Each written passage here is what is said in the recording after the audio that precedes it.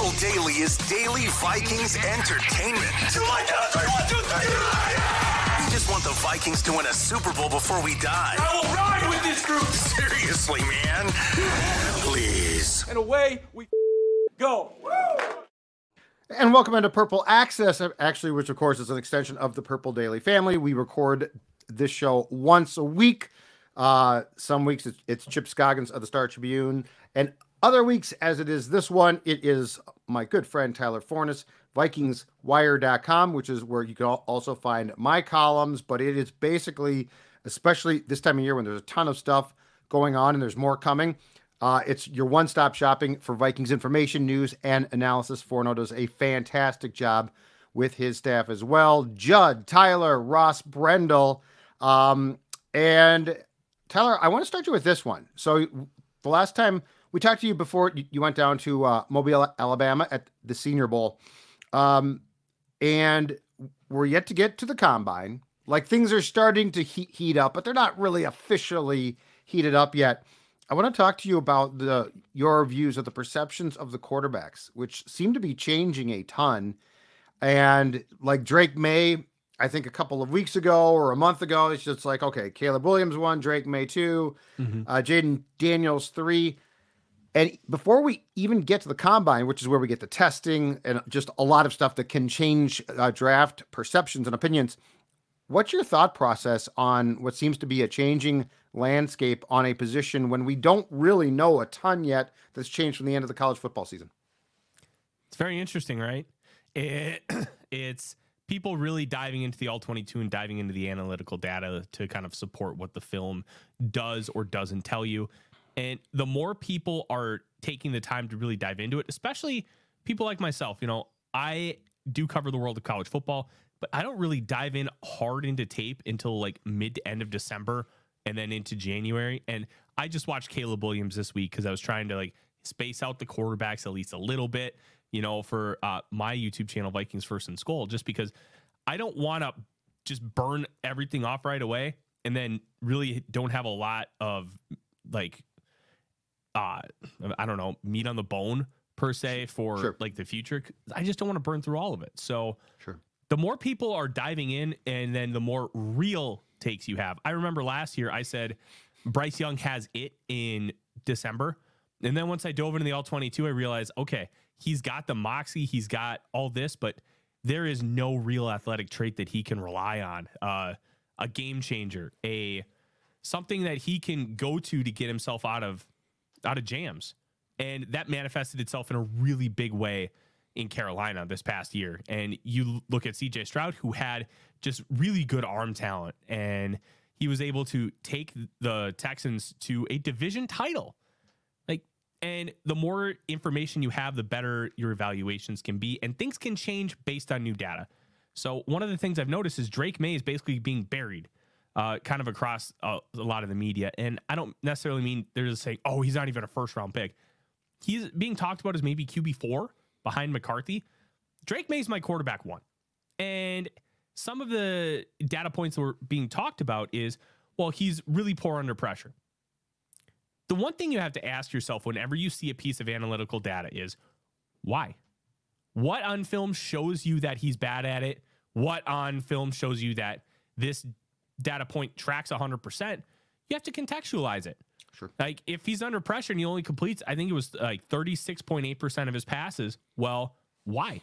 Why is he only completing that few? How many of them are throwaways? Does that number actually include throwaways?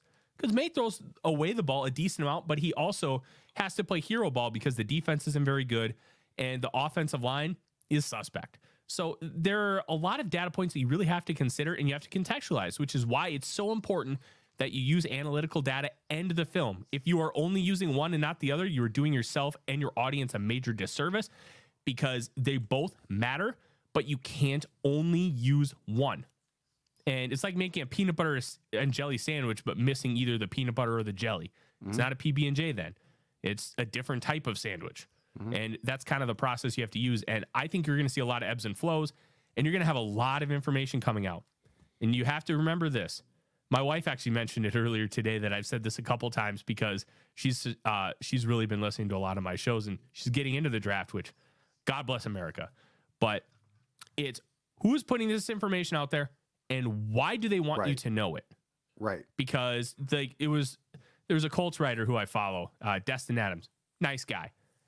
If a team is telling you that J.J. McCarthy is quarterback 2 on their board, why do they want you to know that?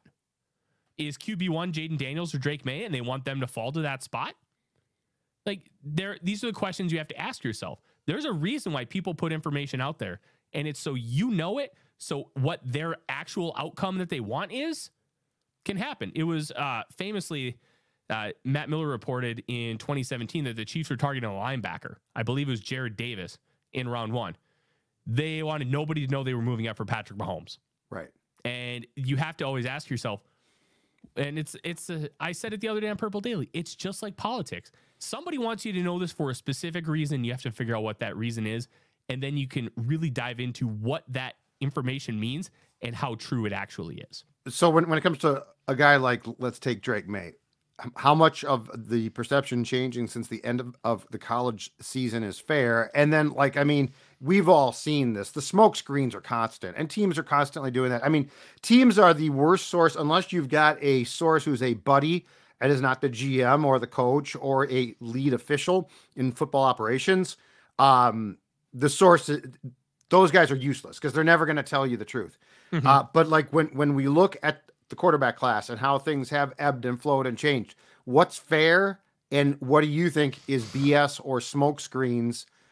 So like when May does fall, is that fair at all? Or is that just a perception thing? Because the one thing that will happen that I think you have to be careful about too is this. There will sort of be the outside view of the draft, and there will be reports about guys, and there will be things will be tweeted about guys, but then the reality is what's going on inside the league will be totally different. Mm-hmm. And so how much of what we have been seeing reported can be taken at face value, and how much is just really the beginning of laying down the smokescreen process? That's a really in-depth question. And let's start by having this conversation. It's really hard to truly believe anything anybody tells you for the exact reasons that you mentioned. And Judd, you've been in the business for 30 years. You understand when sources tell you something, there's a reason that they're telling you it, and they want you to put it out there for their own agenda. So what I tend to do as an evaluator is I tend to listen to multiple people. And then how I will parse things out, let's say, hypothetically, Dane Brugler says A, Daniel Jeremiah says B, Mel Kiper says C. And if they all say different things, in the midst of that, you're going to find pieces of the actual truth. Because likely, they're talking to 3 different people who are telling them, therefore, 3 different things because they want their agenda to be advanced in a certain and specific way. So when it comes to a guy like May, some people are just going to view data points in a much stronger way. Some people are going to view the potential in a stronger or less strong way than others. And quarterbacks are so incredibly difficult to evaluate as a whole. Like, we're not going to know for 3 to 4 years if, let's say, hypothetically, May falls. Let's just say he falls to 11 and the Vikings take him. Mm-hmm. We're not going to know if that was the right thing for the NFL draft and NFL teams to view, or if it was the wrong thing. We won't know. Right now, it doesn't look like Jordan Love should have fallen to 26. It looks like he probably should have been drafted a little bit higher because of some of those high-end plays, especially if you look at back-end metrics like EPA per play, success rate. They're pretty high. And you have to look at things from a much more wide lens because we're not going to know, and especially with quarterbacks. Quarterback evaluation is hard. Yep. It's really hard. I had Malik Willis as a top 5 pick 2 years ago. I thought that talent was incredible, and you could have developed him in the same way to Josh Allen to be able to get that talent out of him. I had Baker Mayfield 1, Lamar Jackson 2, Josh Allen 3, and I did not like Sam Darnold or Josh Rosen at all in 2018. I feel pretty comfortable with that. Last year, CJ Stroud, Anthony Richardson 1, 2. Feel pretty comfortable about that. But track records are so wonky with this stuff. You could have somebody who loves a guy who stinks one year and hates a guy who was great, and the inverse the next year. So we're not going to really have the answer if it was the right or wrong decision until we see these guys play multiple years in the league. But I wouldn't pass on May. I had him as quarterback 1 going into the season. I am as quarterback 1 going out of the season. And all that's based on film and pairing it with the analytical data and trying to contextualize it. If you disagree with me, that's fine. Like that's the But that hasn't changed. Yeah, it hasn't changed because I think the film backs it up. And the one interesting thing is this is like going to an art gallery and you and all three of us and Odie, who missed me so much while I was getting a car, all three of us just have a different view on a Picasso painting. We all thinks it says a different thing. That's the NFL draft. It's so weird that way. And it's also makes it great because you have so many different opinions with people who are genuinely really smart in this area. Go ahead, Roscoe. Yeah, this question actually is for both of you diving in on the quarterbacks. And boy, depending on who you listen to, again, steal a line from Doogie and Tyler, you brought this up. What is it? Journalism 101. Why is this person lying to me? So you've heard many things about quarterbacks in this draft. Is the number that everybody feels comfortable with in the first round, regardless of where they're drafted, is it 4? Is it 5? Could it still be as many as 6 quarterbacks? 6 seems high just when you start looking at teams that could need a quarterback. But what is the number? And then in theory, depending on what happens with these guys, how far down the draft board do you think you can be to nab one of the, in theory, top 4 quarterbacks? So let's go here. 2022. And you're going to get this reference a lot when you talk about how many guys should go in round 1. The Vegas had the over-under on quarterbacks going in round 1 in 2022 at 3.5. That was the over-under. One guy went, and it was at 20 to the Pittsburgh Steelers and Kenny Pickett. So the one tough thing is like quarterback is the position you need to hit on. You either need to have a good enough guy in a rookie contract or the guy. And I think like when we talk about like the last 12 years, I know you guys did it the other day on Purple Daily, Judd, talking about, how do you get to the Super Bowl? Like what, like, are you like potential GOAT? Are you on a rookie contract? Or are you that outlier? Well, those outliers, like Matt Stafford was a borderline MVP. Matt Ryan was an MVP. Like those are the kind of things that you're looking at. And it makes it so much easier with that quarterback, which is why they get inflated. Like I have Michael Penix Jr.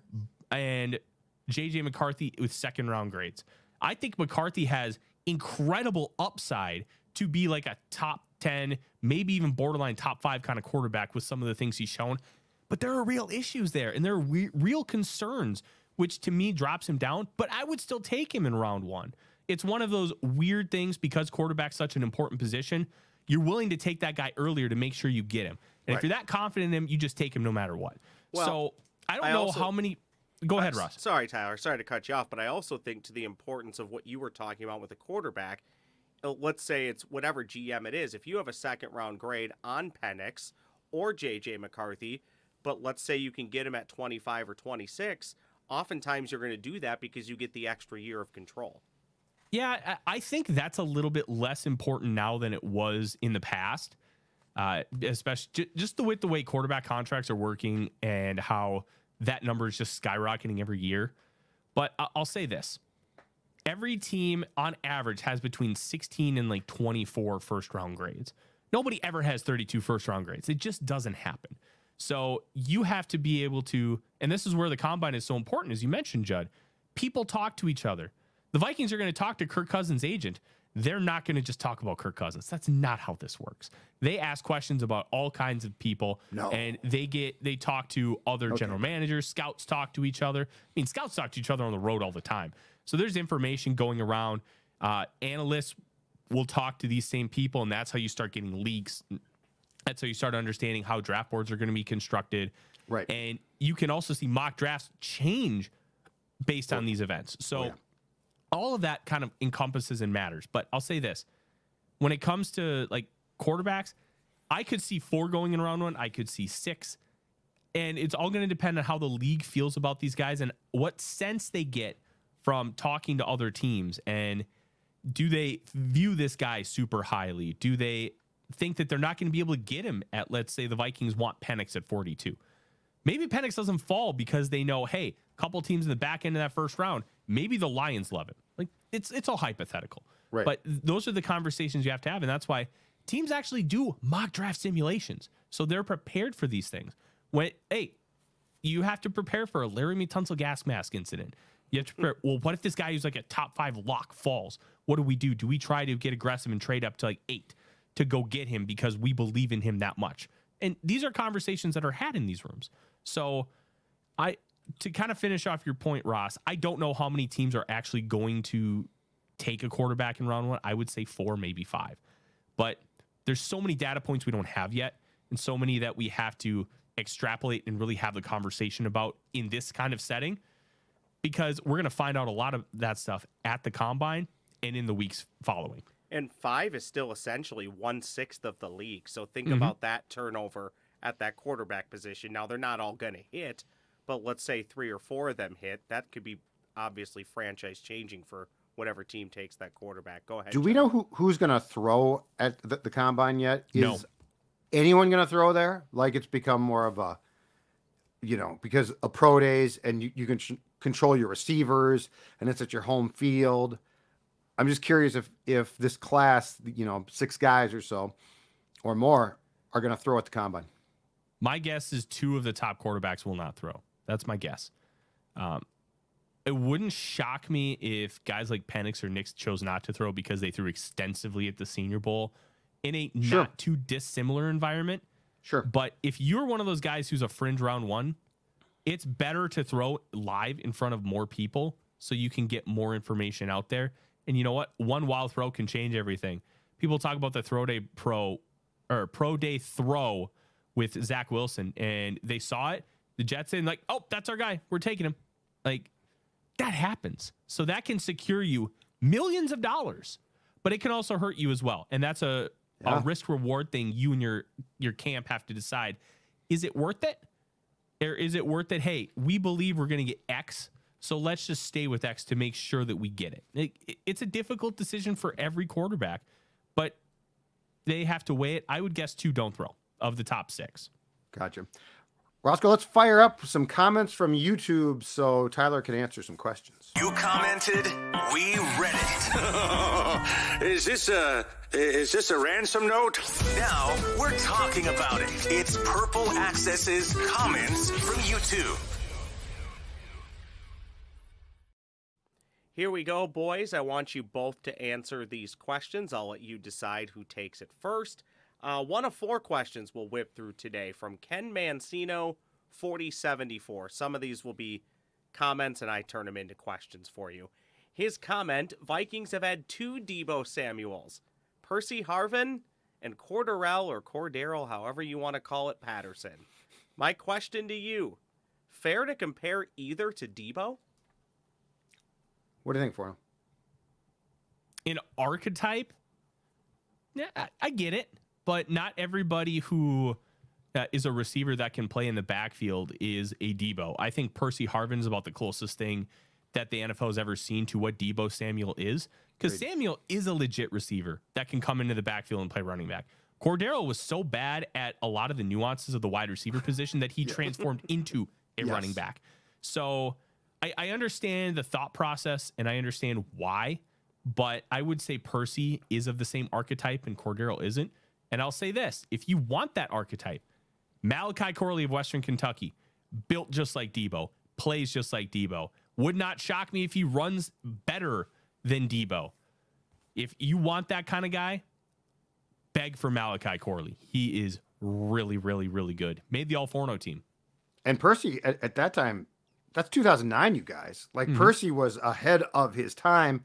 But yes, Percy, Deebo and Percy, you look at those guys and you say Swiss Army knife, right? Special. Cordero, you looked at and said, the guy can't run a damn route. Now, it's on the Vikings that they didn't say, and because we had discussions about should they use him in different positions, are there ways? So, but yeah, Cordero, I give no credit to. He couldn't run a route. And then they're like, what should we do? And he did have freakish athletic ability. But Percy Harvin, for all his faults and all his troubles eventually in football, I mean, that guy was special. And I always thought he was incredibly football smart.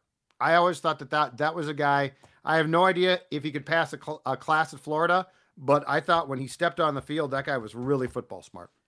Easy cheap shot for me to take. One comparison or one thing all 3 have in common: They both love to get injured and miss time in games or in seasons. Question from Paul Hansen, 7329. Comment, rather. It doesn't matter if they keep or trade JJ, because the Vikings will never win the Super Bowl no matter what. The team just wants your money. Period. Judd, we've talked about this before on Before I Die, but a good question for both of you. Do the Wilfs only want your money, and do they not care about winning? Forno, why don't you go first? Yeah, because I was going to say, I've said this is ridiculous. So you go. It's not what baseball. are we doing? What are we doing? Baseball. They want to win. Yes, you want to win. And they have tried to win. You can debate their style if you don't believe that being competitive every year is the best route. I used to be team tear it down. I've really converted my thinking. I kind of like what they're doing in a vacuum. If you're competitive every year, then all you need is 1 year to pop off. It's like the 2010 Packers, the 2007 Giants. You get into the dance and you go on a hot streak and you win the whole thing as a 6 seed. It's possible to do that. If you don't get into the dance, you can't make that run. You can't do it. You can't go into the salary cap era just begging to go like 12-5, 13-4 every single year. Unless you have Patrick Mahomes, it's just not plausible. But if you get into the dance, you can make some noise. And at the end of the day, it is still a business. They do want your money because that's the whole point of owning a business, is to make money. So there is a little bit of that to it. But the more competitive you are, the more money comes in from merch sales, from concessions. So that does factor in. Let's be real, it does. You can't say that it's a non-factor, but you can't get into the Super Bowl unless you get into the playoffs. So consistently competing for a playoff spot is still objectively a good thing, because as much skill as it takes to win a Super Bowl, just look at the Vikings' history in championship games. It takes a lot of luck too. You have to have things go your way. You have to have all that happen for you. And putting yourself into position to have that run every single year is objectively good. Now, you can argue how they've tried to do that is good or bad. That's a whole nother discussion. But in a vacuum, how they've approached it, I do like it. First of all, they want to win. They want to win badly. They built a stadium to win. Well, and by the way, they have your money. They have it already. It comes in the form of billion-dollar TV contracts. I mean, there's more cash coming into the coffers than they know what to do with. So they're absolutely fine there. The one thing where I disagree a little bit with you, Tyler, is I don't think they understand plateaus and stops and starts. So like they think every year, let's just be competitive. Well, they've had a few years where they were really damn good, and that works. The depth of this franchise right now is so lacking that I don't think they have the ability to look back and say, okay, we do need to do some building here. But as I keep saying, the NFL is not really a tear it down league. I mean, the Chicago Bears have torn it down at the studs as much as you possibly can. Mm-hmm. They were terrible a year ago. They were much improved this year, and they might be a playoff team in 24. So like, this is not the old 5-year plan. We always used to talk about that, right? It's going to take 5 years to rebuild this thing. The NFL is not based on that now. So like this whole notion of tear it down, you could be back in 2 years. But yes, the Wilfs desperately want to make the playoffs. If anything, they're at fault for being too impatient some years about how they should go about it. Ross? I think you can also argue they might be too much like all of us sitting here. I don't want to say we're super fans. We have to be as objective as we possibly can. But heck, they've put so much money into the team, they're kicking the can down the road. It's not like they're spending just to get to the floor. They're right up against the hard number. So, yeah, I agree with both of you on that one. From Brinaldi81, this is on our boy Justin Jefferson. Best case, we pay the man. Worst case, we trade him for some nice picks. Win-win. Question: are the Vikings actually in the driver's seat when it comes to Justin Jefferson? Judd, why don't you go first? Not really, no. I think they're in the driver's seat when it comes to Kirk, because I it's very clear that they have a figure in mind and a term in mind there. Justin Jefferson's going to drive his contract, and he's earned that right. This is his second contract. He's been a star player. This is where guys get filthy rich. So I say this with zero begrudgingness towards Justin Jefferson, but he is in charge here. Could I see a scenario, very, very small, but could I see a scenario where Jefferson is traded? Yes, absolutely. I don't think it's going to happen. I don't think we have to worry about it. Is that a win-win though? No, I'm sorry. I'm not going to, I think it's a stretch to assume right now that if you had to trade him, let's just say, Forno, that the Vikings have a number in mind, okay? And they can't get it done. And that they say, okay, we'll trade you. I need to see the return before even saying that it's a draw. So I do not see trading Jefferson, unless it's some unbelievable Herschel Walker return, a win-win. I see it as a win to keep him, and I see it as a potential real setback if you decide you can't pay him. What do you got, Forno? So this is a tough one because there's so many pieces of information we don't have. Right. And we don't know what the hang up was with their contract negotiations last September, that they just weren't able to get the deal done.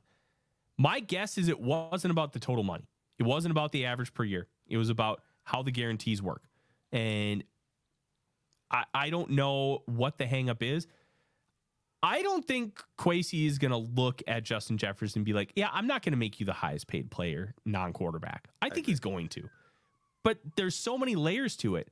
And I wrote a huge piece about Justin Jefferson's contract last year.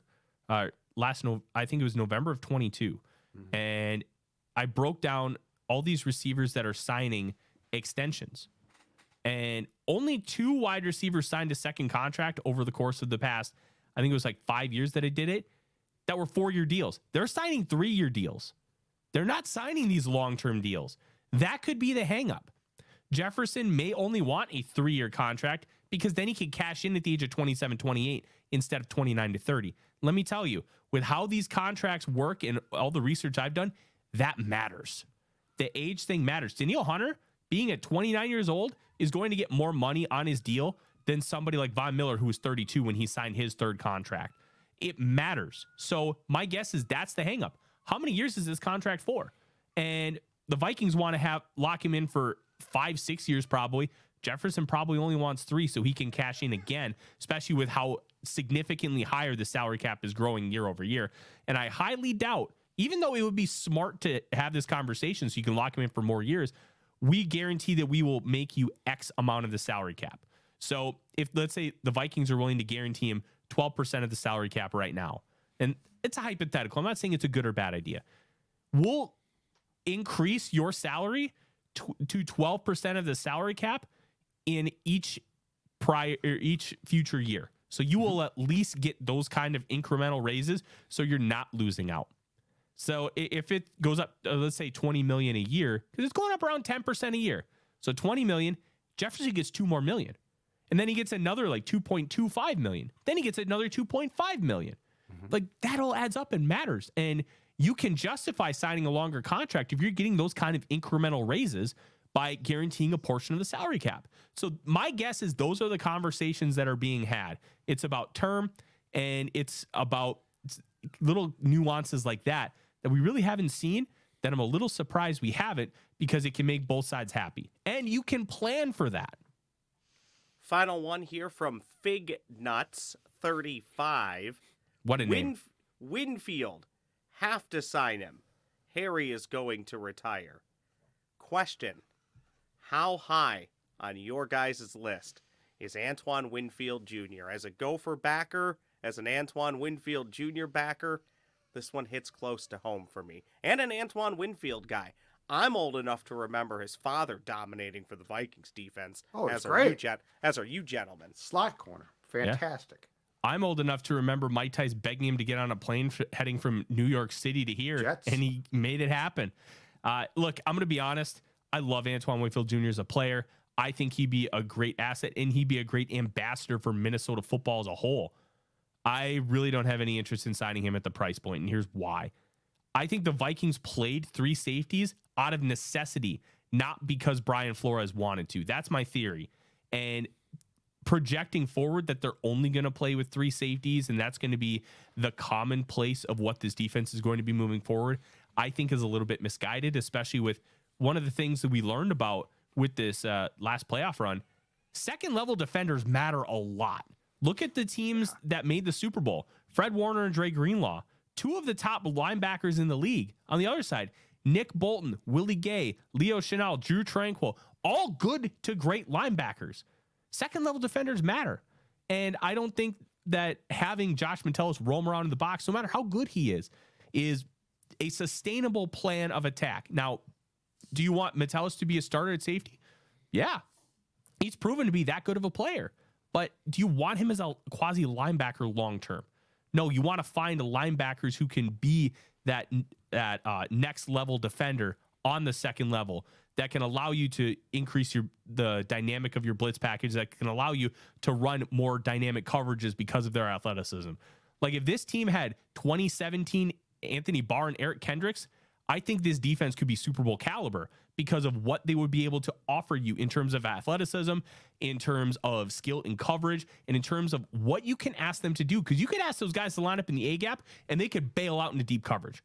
You're not asking Jordan Hicks and Ivan Pace Jr. to do that. And to me, that's the difference between this defense being where it's at and taking it to a whole nother level. So I don't think adding a safety to an already really good safety room, even if you take out Lewis Seen and Harrison Smith, you still have Josh Metellus, Cam Bynum, two very good starters who finished top 5 in Pro Bowl balloting, and you have Theo Jackson, who emerged as a really nice player. And you still have the wild card with Lewis Seen. Maybe he develops into something now that he's going to be 2 years away from that devastating leg injury. Maybe he's absolutely nothing, but you at least have that as your safety 4 to potentially become something. So I'm out. I'd rather sign a dynamic defensive lineman or 2 really good ones to be able to fortify a unit that desperately needs it. First of all, it's too much money. So yeah. But I mean, I love the thought process. Sadly, and look, Jeff Gladney dying is unbelievably sad. But keep in mind, the Vikings in the Justin Jefferson draft had a chance to take Antoine Winfield Jr. with their second first-round pick, and they took Gladney. Now there are a few guys that they passed on with that pick, but we all knew, everyone on the show had watched a ton of Twan Jr. The Vikings were at a bunch of his games, and you watched him, and you said that is an instinctive, incredible. The only thing that might trump his football playing is his football savvy. I mean, he's a carbon copy, if not better, than the old man, who was a phenomenal player. The thing that intrigues me would be this. Twan Jr. can play safety, but he also has played some, like the old man, in the slot. Mm-hmm. So if I could play him in the slot and kick Byron Murphy Jr. or whoever's in that role outside, that might intrigue me. But financially, this team needs so much help. In my opinion, it's a non-starter, but I have loved that kid since college. I think we all have.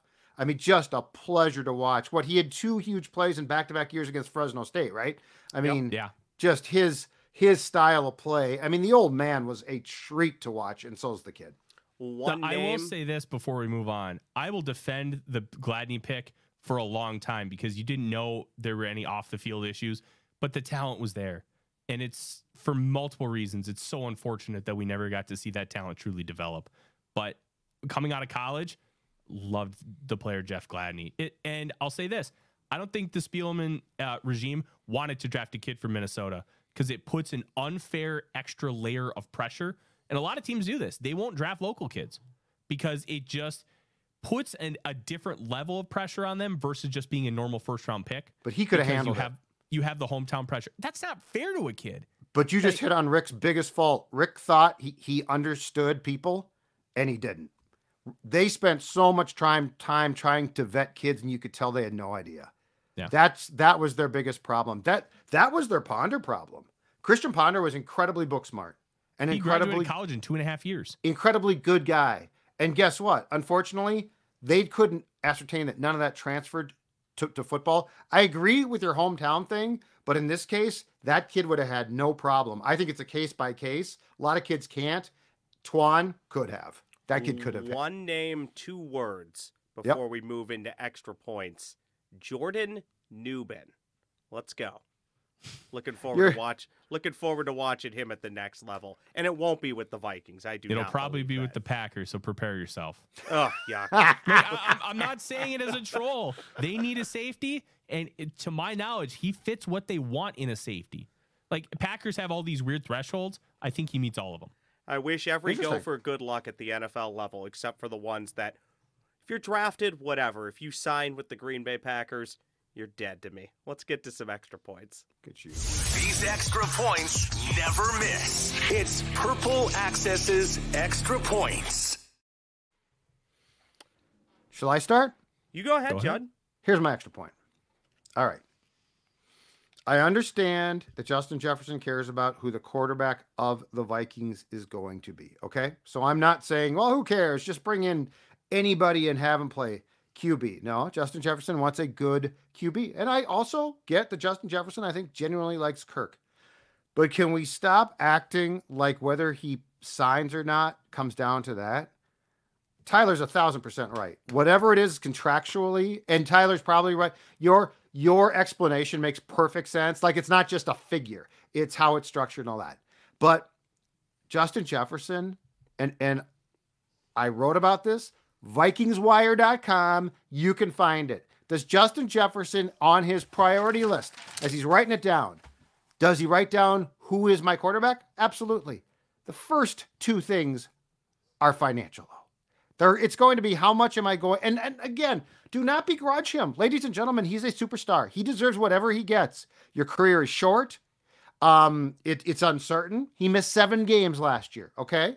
He learned, he got a 7-game lesson on what it means to play without a contract that's secured beyond your rookie deal. But we need to get over this nonsense of, well, if it's not Kirk, he's gone. Or he's going to play. This is my last thing. This is my favorite thing, okay? Well, if it's not Kirk, he's going to play out his contract and leave. Do you really think he's going to ever take the field again without a new contract? Do you really think he's going to play on the 5th-year option after missing 7 games? God forbid his knee explodes next year and he has no guarantees left because he drew a line in the sand that if he wasn't paired with Kirk Cousins, so now he's pumping gas? I mean, come on, let's get real. This is about the Vikings compensating Justin Jefferson in a way he deems fair, and then everything else will fall into place. That's my extra point. That's not fair to follow, so I'm going to force Tyler to follow that. Bravo. Well done, Judd. I'm just so sick of this storyline. Listen, this is one of the reasons why Judd writes for me, because you get these kind of really good perspectives in long form. I'm going to take it a little differently. A lot of people who know me know this, and I posted it on social media the other day. 5 years ago today, I almost died. And I'll never forget it. It was weird because, like, I was never worried.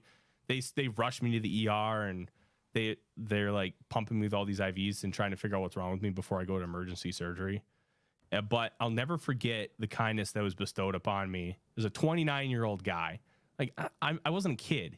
Kids will get, like, football players to come see them and stuff. No, I was gifted a visit from radio announcer Paul Allen in my hospital room by Pro Football Talks Mike Florio. I don't know if he likes me sharing the story. I don't care. He can come across one way on social media. He's a good-hearted person, and I'll fight anybody on that. And I'll never forget that because it changed my life in a way that I never really understood.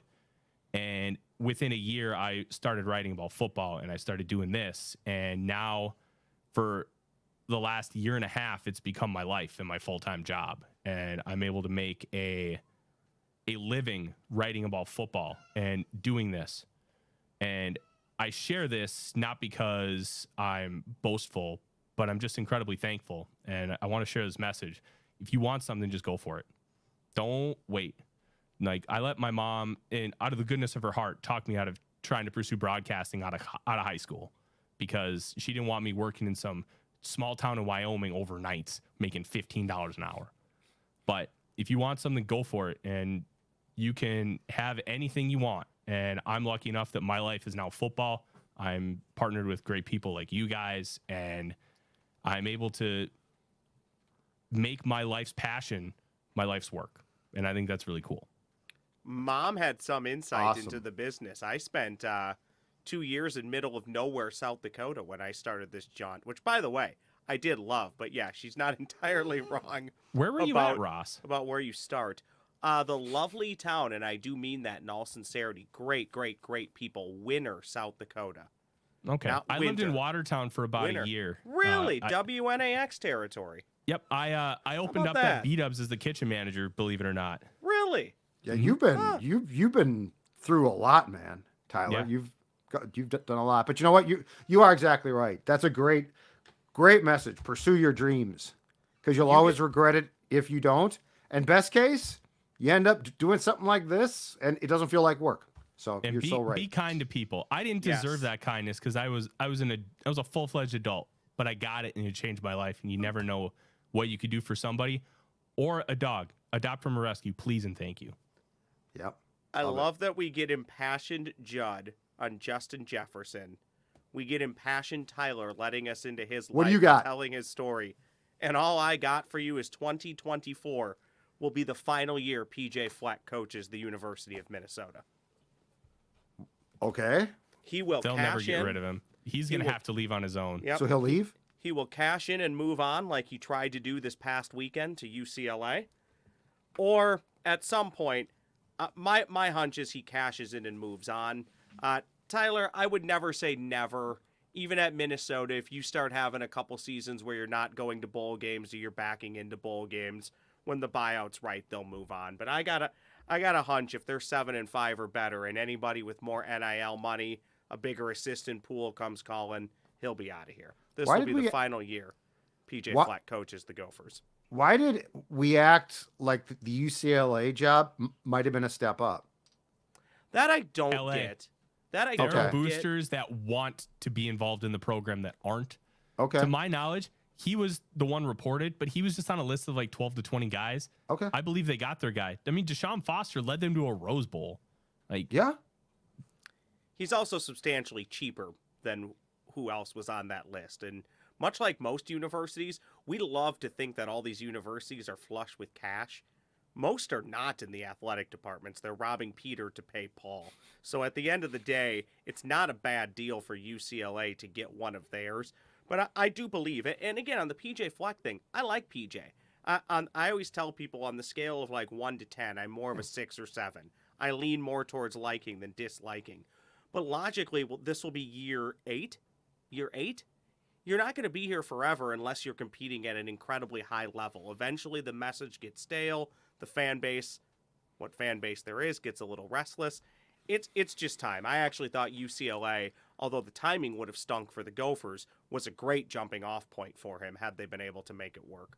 College football is changing, I should say. It hasn't changed. It is changing so much that I'm with Tyler a bit here. I think you would have to go in the absolute toilet. And plus the Big Ten being back as one conference now, it's just going to be this ridiculous So I don't know, man. listen, I'll say this. The new Big Ten money that's coming in, nobody's going to want to leave the Big Ten unless they're going to the SEC or another school in the Big Ten. You're not going to jump off to, hey, I'm going to go to Stanford. Right. Stanford's in the ACC. They're not bringing in big money. Right. Like, these are the creme de la creme jobs as far as financial stability, as far as being able to have assets to help you succeed. Now, Dinkytown NIL, they still need to kind of figure out their own stuff. They're not going to be able to compete with the Ohio States of the world. That's just a fact. It just kind of is what it is until we get regulations for how this process can happen. We're not going to be able to really understand. But you know what? If Fleck can keep his own guys and they can develop within and they can find diamonds in the rough like they have previously. I mean, Rashad Bateman was a 3-star recruit drafted in the first round. You can find a few of those guys. You can make a difference. And like this, it's not like this team is super far off, but I will say Fleck needs to learn how to manage in the game. That's if he can fix that, this team can go like through the roof. Kyle, it's the in-game management that's just look, for lack of a better term, it's utter crap. It's so bad. I can trust a 10-year-old playing Madden to do better. Well, it goes back to my theory, which I say facetiously but mildly seriously. Every NFL and college coach should have to go through Madden or now EA Sports College Football 25 game management of how to use timeouts and how to call plays. Tyler, Oh. I'll jokingly argue with you on one thing. The Gophers can compete with Ohio State in NIL if you keep eating parlor burgers and drinking all that NIL beer. I'm putting it on you. If you drink all that NIL beer, we can get anybody we want, Tyler. Look, if my wife's listening to this, she will go. I think she thinks the parlor burger is one of the greatest things God's ever made. It's a good burger. It is It's a really good burger. I'm not going to debate burger. that. It's a great burger. That's all I got. I just think he's not going to be here for 10, 15 years winning 7 or 8 games every year. That's not going to happen. So Sky you ma, Roscoe. There's a Sky jumping off point at some point. Ma. Thanks, boys. Back next week with Chip Scoggins. A couple weeks. We'll continue to talk about the draft and other various things with our guy Forno. We'll see you later.